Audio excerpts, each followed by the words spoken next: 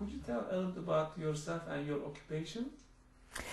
I'm a university teacher. I teach humanities and world religions at a state college, University of Central Oklahoma.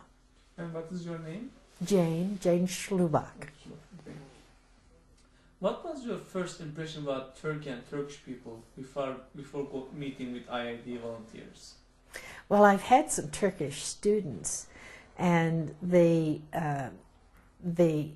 I think the general impression I had of Turkey, probably generalizing from very few instances, was that Turks were very mysterious people and probably quite acute intellectually, but you never could tell exactly what they were thinking. And have you ever hesitated to go to Turkey? No. And did you receive any reactions from your friends, warning signs from your friends about going to Turkey? Nothing apart from those who said, "Oh my gosh, do you think you'll live?" And what struck you the most in Turkey? The tremendous variety.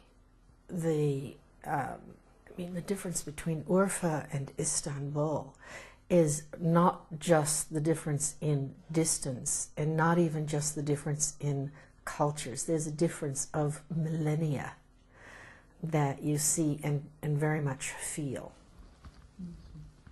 And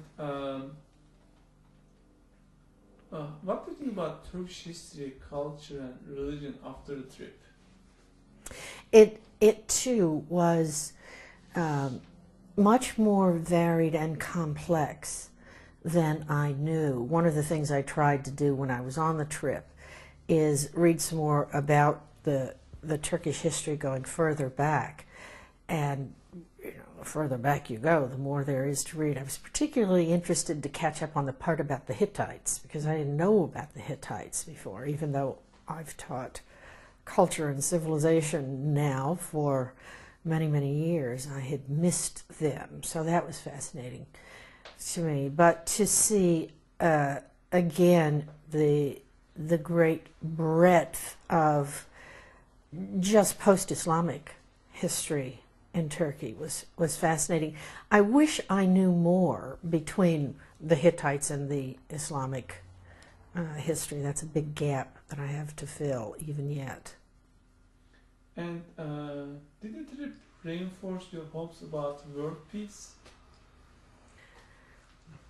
Certainly, to be part of the experience of this project of informing particularly Americans who don't know very much about Islam is tremendously hopeful, I think. Gives me, in fact, I was thinking this morning, I'm not sure I've ever had before the sense that I was participating very directly in something that could change a little bit of the world. But for the first time, I think that I am part of something like that. And that's very exciting to me and very promising and very hopeful. I particularly like the way this project goes about it, just one by one by one. Changing minds and changing perceptions is terrifically important and will have a real long-term impact. Well, what are the impacts that you expect from participating in this movement's activities? Well, world peace would be nice. Mm-hmm. I think, though, the elimination of ignorance, that is, the spreading of greater understanding first and appreciation second, has to be all to the good. Even if we don't get all the way to world peace in my lifetime, nevertheless, great good will have been achieved just by eliminating some of the misunderstandings.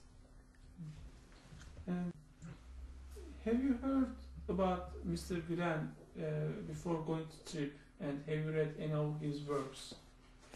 I had not heard before I met Orhan, and of course since then I've read a great many of his works, and it struck me the other day too how sometimes broad my own ignorance is.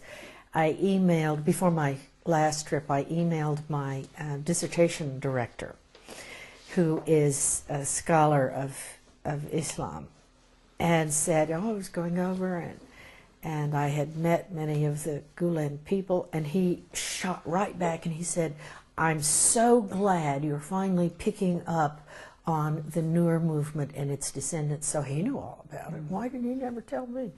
But it was a revelation to me to come into contact with Gulen's writings. And describe him. How would you describe him? What is his goals and what type of person he is in your mind? Oh, I tried to write a paper about that for the last conference. And the harder I worked on trying to pin down Gulen, the deeper trouble I got into with my paper, because he has so many aspects and facets. I mean, he's of course a scholar, and he is of course a poet, and he is of course an activist of sorts, and he is of course a mystic of sorts. And I finally wound up talking about how he's a cross between a statesman and a saint that is a little hard to put into one package or to understand.